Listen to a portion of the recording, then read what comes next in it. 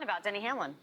Yeah, and one of the true superstars of NASCAR.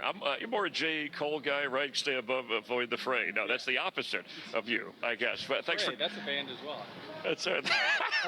Thanks for coming by. Hey, 20 years ago, this was your debut track in Cup. What about rivalry? I heard Larry talk about some of the great rivalries. I don't know that you and Kyle Larson would we call it that, right? When you've kind of been ahead of him 6 times and he's wound up second. Do you sense a rivalry, or what are the best rivalries today in NASCAR? I think you guys brought me on to try to get me to say something I shouldn't. Well, you're good at it. Come on. We don't do that on your own. We're just talking about the race. You don't need our help for that.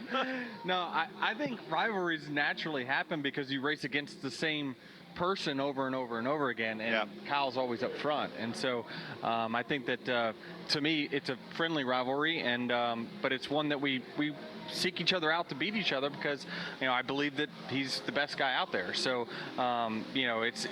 those things just naturally develop between competitors that compete for race wins week in, week out. Well, stay on that path.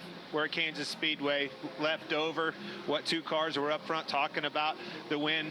Those 2 rivalries here at Kansas Speedway. Who's your number 1 threat?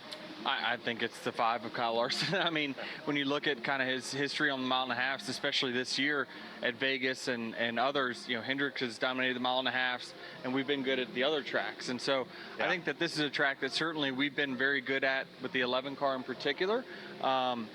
These conditions are for us. But why is that? I just think that the speeds pick up and everyone gains grip. The slicker the racetrack, I think, the more it suits my into style your wheelhouse and Joe Gibbs Racing's cars. So I just think it's still going to be down to the same guys, I believe, when it comes down to it. But yeah, it just evens the playing field a little bit. So when you come to Kansas, I look at this as a Joe Gibbs racetrack. You guys have been really good here, no matter what the car is, for a long time. What is that balance that you look for? I think with this car, it's obviously become middle of the racetrack, top dominant.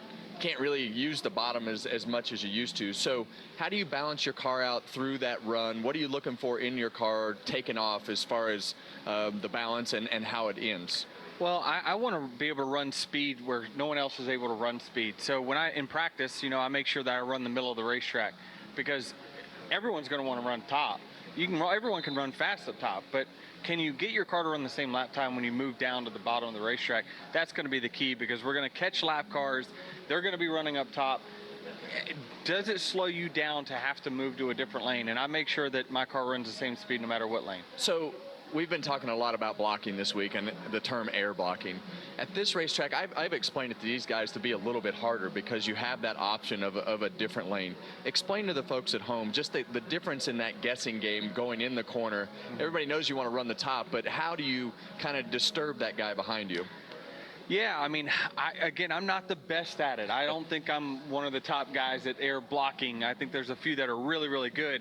But I just think that, they at times slow down their entry speed to give themselves options to be able to pull down the racetrack or pull up if they see that the car is running higher. So it's just it's a cat and mouse game because you want to have your car out from behind whoever's in front of you. So you're trying to outthink them, they're trying to outthink you, and at times you're going to see us weaving through the corners to try to avoid it. Take me to 2311. Check the box off. Finally got the boss man, right? The partner in victory lane. Had to feel good. Probably pressure off of you, I would think. But that team in particular at Kansas Speedway, the 45 car, 3 wins here. Yeah. Tell me how proud you are of that. Yeah, with 3 different drivers as well. And so that was what's really made me proud is that, they were able to do it with 3 different drivers. And, while it was the 45 car, that was the 23 team with Booty and those guys that won here, just about a year ago. So I feel really good about where they're at. Certainly the mile and a half, we saw with Tyler Reddick, the speed that he had at Texas was really, really fast as well. So I would expect that those guys would have good speed today.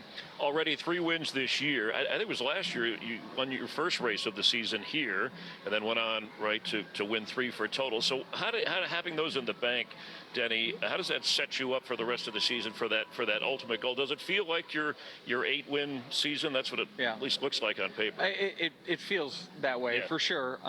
especially having this amount of wins this early. Usually it's, kind of the summer months when we start racking up the wins. But, we had a goal of trying to get another win before we got to the All-Star break in North Wilkesboro. We got that done in the very first week, and now we're going to Kansas, Darlington, where tracks are pretty strong on our resume. So I think that we have a goal. Everyone has a goal going into the year of like, what is it going to take to make the Final Four? How many playoff points do I need to give myself a buffer to get there? And we've even seen with 10-win seasons, there is no guarantee anymore. So we're just trying to get all the playoff points that we possibly can. And right now we're on schedule. Where do we want to be? Well, So how much of a part of that is the mile-and-a-half program? Because, you're going to have to run on some mile-and-a-halves. You're going to have to run short tracks. I mean, obviously your short track program is good. How much of a measuring stick is today's race for what you need for the end of the year? It's a big one because this is a playoff race. Right. It's the same as Vegas, right? It's one where you've got to treat this a little more seriously, right? When you're thinking about, how you're going to approach this race, how you're going to execute it, and then making sure you take those mental notes into the fall because you don't want to make the same mistake twice. And so I really focus on these racetracks that I know we're going to visit in the playoffs to make sure if I'm going to try something, I'm going to do it today. I'm not going to be trying anything new when it comes down to the fall because it's about executing at that point. Danny, I want you to try something new for me. We all know confidence is everything. We all know you're a confident person. You called your shot last week and you put the pressure on yourself. You had to go out and win this race in Dover. You literally called your shot. Would you tell people it's finally this year is the year you're going to win the championship? Just call it. All right, this is it. This is the year. Right. This is the year There it's you going to go. happen.